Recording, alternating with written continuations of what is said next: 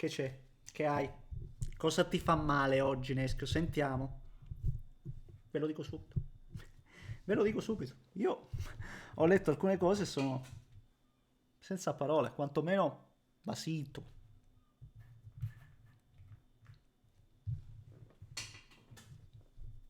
Partiamo. Abbiamo parlato ieri o avanti ieri, se non sbaglio, no? Del mercato in uscita del Milan. Oggi ci concentriamo in quello in entrata, perché ci sono tanti obiettivi anche già concretizzati, altri che si concretizzeranno a breve. Uno di questi è Samuele Ricci, intesa totale praticamente già da dicembre, ma adesso si sta concretizzando il tutto, 22 milioni più 3 di bonus. Siamo alle battute finali, 22 milioni più 3 di bonus per un classe 2001, buona stagione lo scorso anno, Samuele Ricci, 22 più 3 di bonus. Ci può stare? Sì, sì, ci può anche stare. Che c'è allora? Che hai? Parla, parlo. Un attimo, ci arrivo. Con calma, devo trovare le parole, ponderarle anche se possibile. Lato Inter, si parla, si discute, lo leggiamo un po' sul Messaggero, in realtà è da tanto che circolano queste voci, quando circolano sempre in maniera insistita, poi c'è assolutamente fondo di verità, quindi non sono chiacchiere da bar. L'Inter, nel caso in cui ceda Cialanoglu, 30-40 milioni, non lo so, nel caso, investirà 40 cucuzze, 40 cucuzze, 40 cucuzze su Rovella. 40 milioni Rovella. Attenzione. Lottito fa già sapere che 40 non bastano. 50, prego. 50, 50 milioni Rovella.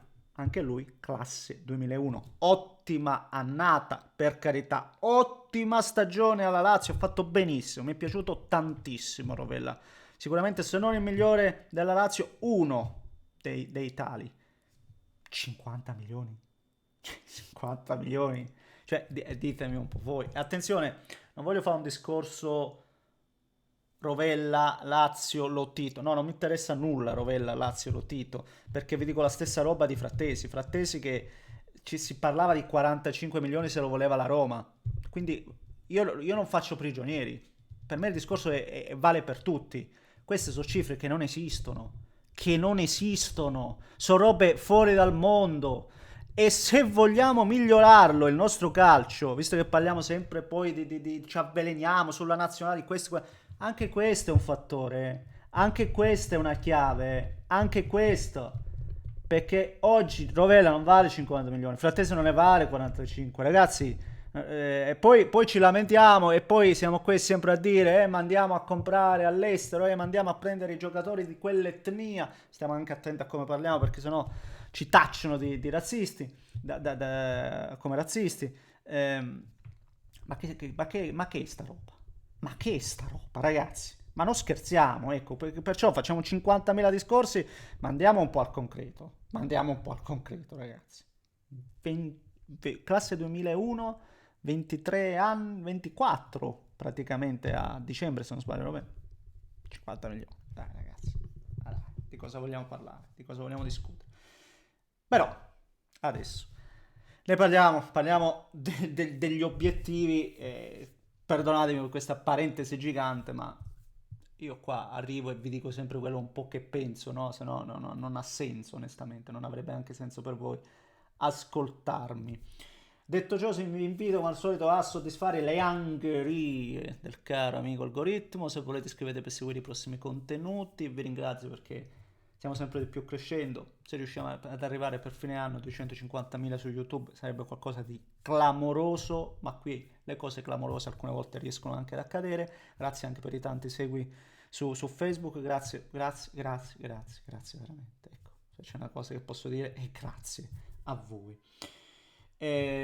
Ancora una volta, forse per l'ultima volta, vi ricordo che mi trovate anche su Pliers for Pliers, dove carichiamo contenuti esclusivi dove domani arriveranno senza ombra di dubbio le pagelle magari della sfida col River Plate, video esclusivi sostanzialmente, più che pagelle top e flop andiamo sempre a giocare su quello che accade e vi ringrazio perché anche lì mi state seguendo e mi state supportando, quindi se lo volete fare tramite il link in descrizione vi invito a scaricare gratuitamente l'app e a seguirmi sostanzialmente. Ecco.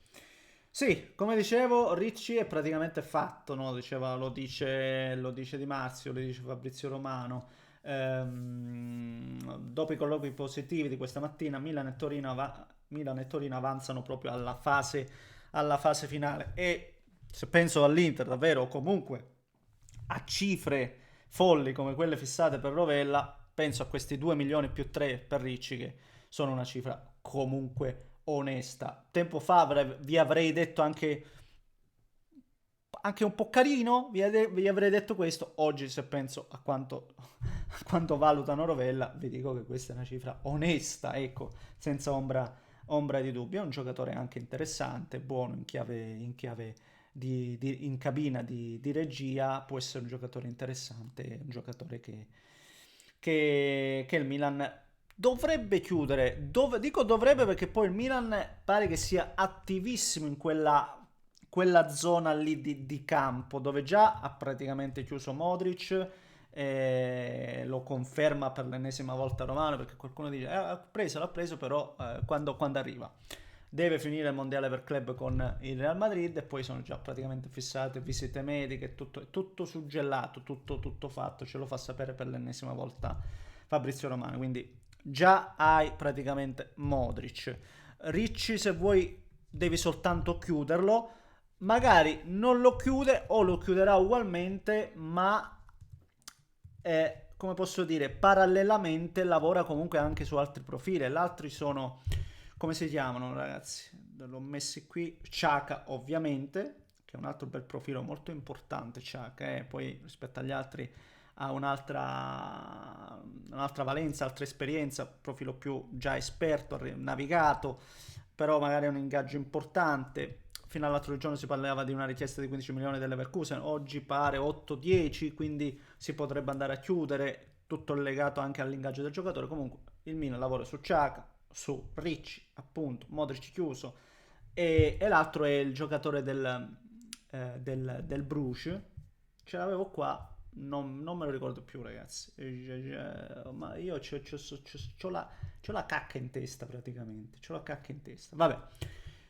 Altro profilo molto interessante, quello si aggira attorno ai 27-30 milioni praticamente. E vediamo perché il Milan chiuderà più di un colpo a centrocampo, come avete potuto vedere, e sta lavorando in entrata, è importante che lo faccia dopo uscite celebri più che altro, ne abbiamo già discusso. E sono curioso di vedere la squadra che presenterà Tare ad Allegri, sono curioso di vedere questo progetto tecnico, sono curioso di vedere un Milan che praticamente ripartirà da zero l'anno prossimo senza nessuna competizione, quindi è una squadra che per forza di cose in ogni caso attenzionerei, ma l'anno prossimo lo farò ancora in maniera più speculare perché è una squadra che attenzione al Milan d'Allegri, attenzione, è una squadra che già vedo tranquillamente nelle prime quattro, ma con con questo campionato che ci ritroviamo, e mondiale per club disputato dall'Inter e dalla Juventus, attenzione al Milan d'Allegri comunque. L'anno scorso dicevo occhio al Napoli, quest'anno se devo pronunciare la parola occhio mi sa che propenderei verso il Milan, ma è troppo presto per discuterne. A proposito del Milan, visto che chiudiamo con il Milan stesso, lavora anche sempre in uscita e si parla di Morata. Morata, il Milan è sempre proprietario del cartellino, Morata sembrerebbe vicino al Como, ecco. Io credo che il Morata è proprio giusto, è la destinazione giusta il Como per Morata, perché io non lo vedo come attaccante da big europea o comunque da top, da top.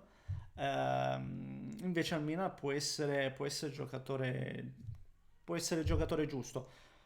Tappa giusta per lui, ma tappa giusta anche per il Como che sta sempre cercando di più di crescere e oggi Morata può essere il profilo giusto. Interessante, sempre più interessante. Il progetto Come lo diventerà sempre di più. Non è una meteora, è una stella cadente il Como, quindi attenzione anche al Como. E niente, abbiamo fatto un po' il punto ancora una volta sul Milan, se vogliamo, questa volta in entrata, giusto per, come si dice, per condicio. E niente, fatemi sapere un po' cosa ne pensate, soprattutto del discorso iniziale, anche se io penso che l'Inter, visti gli ultimi mercati, non li spenderà mai 40-50 milioni per Rovella. E aggiungo, e chiudo, e fa anche bene, onestamente. Un grande abbraccio da Neschio.